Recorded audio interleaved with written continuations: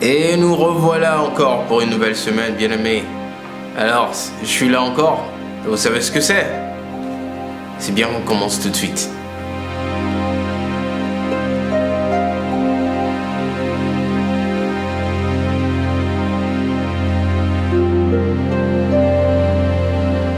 Bienvenue dans un nouvel épisode de Hadat Études. Comment se porte tout le monde? J'espère que ça va, j'espère qu'il y a la santé, que la famille se porte bien et que tout se passe très bien chez vous. Et bien moi je me porte à merveille, nous remercions le Seigneur pour cela. Alors nous sommes encore rassemblés pour un très bel épisode aujourd'hui et par la grâce du Seigneur nous allons apprendre de très belles choses dans la parole de Dieu. Alors mon nom est Jean-Pierre Adjoudi. Chaque semaine, chaque lundi en fait, nous prenons rendez-vous et nous discutons des versets bibliques et nous voyons ce que le Seigneur dit à son église que nous sommes. Et aujourd'hui nous allons parler de ceci. On ne peut donner que ce qu'on a. Puis-je répéter ça? On ne peut donner que ce qu'on a. Vous le savez déjà, on va lire 3 versets bibliques et on va essayer de voir dans les versets bibliques qu'est-ce qu'il en est, effectivement. On ne peut donner que ce qu'on a. Effectivement, si j'ai de l'espoir en moi, quand je te parle, je te donnerai de l'espoir. Si j'ai de la foi, quand je te parle, je vais être contaminé avec ma foi, parce que la foi dégage de moi. Mais de la même manière, si je n'ai que le mensonge en moi, rien de ce qui sort de ma bouche ne sera véridique, ce sera que mensonge. Amen. Donc, lisons un peu la parole du Seigneur pour en parler davantage. Nous allons commencer avec le livre des Actes, en fait. Le Nouveau Testament, le livre des Actes, le chapitre 3. Alors nous allons lire les 8 premiers versets du livre des Actes. Moi j'y suis déjà, hein. C'est rapide avec la Bible électronique, comme vous le savez. Alors nous lisons la parole du Seigneur, les amis. C'est parti. Pierre et Jean montaient ensemble au temple à l'heure de la prière. C'était la 9e heure. Il y avait un homme boiteux de naissance qu'on portait et qu'on plaçait tous les jours à la porte du temple appelé la Belle, pour qu'il demandât l'aumône à ceux qui entraient dans le temple. Verset 3. Cet homme, voyant Pierre et Jean qui allaient y entrer, leur demanda l'aumône. Pierre, de même que Jean, fixa les yeux sur lui et dit « Regarde-nous ». Et il les regardait attentivement, s'attendant à recevoir d'eux quelque chose. Alors Pierre lui dit, écoutez cette partie, « Je n'ai ni argent ni or, mais ce que j'ai, je te le donne. Au nom de Jésus-Christ de Nazareth, lève-toi et marche. » Verset 7. Et le prenant par la main droite, il le fit lever. Au même instant, ses pieds et ses chevilles devinrent fermes. D'un saut, il fut debout et il se mit à marcher. Il entra avec eux dans le temple, marchant, sautant et louant Dieu. Alléluia! Que notre Seigneur est merveilleux. Que notre Seigneur est merveilleux. Alors bien aimé, est-ce que j'ai vraiment besoin d'élaborer ou de décortiquer ce verset? Quand nous repartons dans le verset 6, qu'est-ce que ça dit là-bas? Il dit, alors Pierre lui dit, je n'ai ni argent ni or, mais ce que j'ai, je te le donne. Ce que j'ai, je te le donne. Au nom de Jésus-Christ de Nazareth, lève-toi et marche.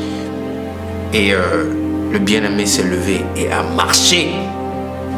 On ne peut donner que ce qu'on a. Pierre avait la puissance du Saint-Esprit en lui. Pierre avait les vertus de guérison en lui. Alors, l'aumône, le boiteux demandait de l'argent.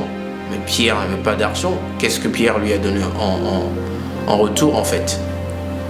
La guérison, la santé, la puissance du Saint-Esprit. lui a été imparti. Deuxième verset du jour, Luc chapitre 9. J'espère que vous commencez déjà à être bénis. Hein? Luc chapitre 9, le 7 premier verset, bien aimé. Jésus ayant assemblé les 12, leur donna force et pouvoir sur tous les démons avec la puissance de guérir les maladies. Il les envoya prêcher le royaume de Dieu et guérir les malades. Ne prenez rien pour le voyage, leur dit-il, ni bâton, ni sac, ni pain, ni argent, et n'ayez pas de tunique. Dans quelque maison que vous entriez, restez-y, et c'est de là que vous partirez. Verset 5. Et si les gens ne vous reçoivent pas, sortez de cette ville et secouez la poussière de vos pieds en témoignage contre eux. Ils partirent et ils allèrent de village en village, annonçant la bonne nouvelle et opérant partout des guérisons. Verset 7. Hérode, le tétrarque, entendit parler de tout ce qui se passait et il ne savait que penser, car les uns disaient que Jean était ressuscité des morts.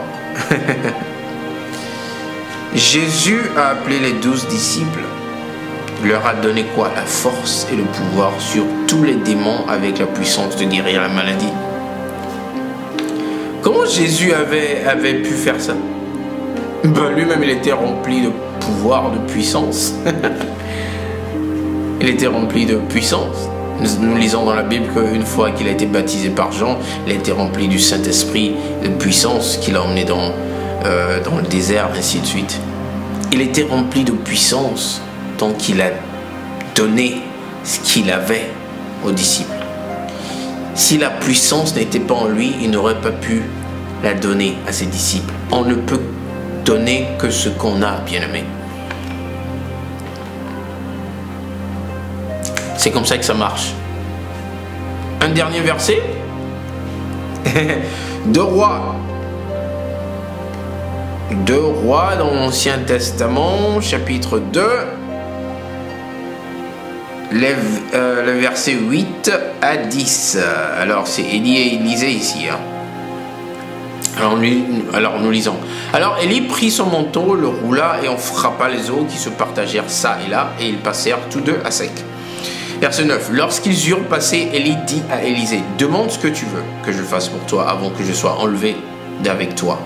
Élisée répondit, qu'il y ait sur moi, je te prie, une double portion de ton esprit. Oh, quelle demande. Élie dit, tu demandes une chose difficile, mais si tu me vois pendant que je serai enlevé d'avec toi, cela t'arrivera ainsi, sinon cela n'arrivera pas. Alors, si vous connaissez cette histoire, vous savez que Élie a été enlevé et Élisée a effectivement reçu la double portion de l'esprit d'Élie. Élisée a reçu la double portion de quoi? De l'esprit d'Élie. En d'autres termes, Élisée a reçu la double portion de ce qui était dans Élie. Bien aimé, avant que tu te tiennes devant un peuple, par exemple, pour prêcher la parole du Seigneur, assure-toi de t'être rempli toi-même de la parole du Seigneur. Sinon, tout ce que tu finiras par faire, c'est de parler de tes propres opinions et d'aller sur une tangente qui n'est pas biblique. Tu ne peux pas dégager de toi ce qui n'est pas en toi. Amen. Avant que tu t'aventures à aller faire une délivrance à quelqu'un, par exemple, assure-toi d'avoir la puissance du Saint-Esprit en toi, d'être rempli de la puissance du Saint-Esprit avant d'aller faire ça. Parce que sinon, ce qui sortira de toi ne pourra rien faire aux démons et tu te mettras en danger. On ne peut donner que ce qu'on a, bien-aimé. Alors, avant que tu ne fasses certaines choses, assure-toi de toi-même, tu as un vaisseau, de te remplir de cela avant de pouvoir impartir aux gens. Avant d'imposer tes mains aux bien-aimés à l'église, dans les rues, un peu partout, assure-toi d'être rempli du Saint-Esprit et de la puissance du Seigneur. Sinon, tu vas impartir d'autres choses. Tu peux rendre la condition de quelqu'un pire si tu as les choses contraires en toi, plutôt. Amen. J'espère que cette parole vous a béni. Merci encore une fois, bien-aimés, de nous avoir écoutés, de nous avoir prêté vos oreilles. Et mon nom est Jean-Pierre Adiodi. Ceci sera la fin pour aujourd'hui. Continuez de nous suivre. Contactez-nous si vous aimeriez discuter de quoi que ce soit. Nous sommes là à votre disposition. Passez une excellente fin d'après-midi, une excellente semaine et on se verra le lundi prochain par la grâce du Seigneur. Shalom.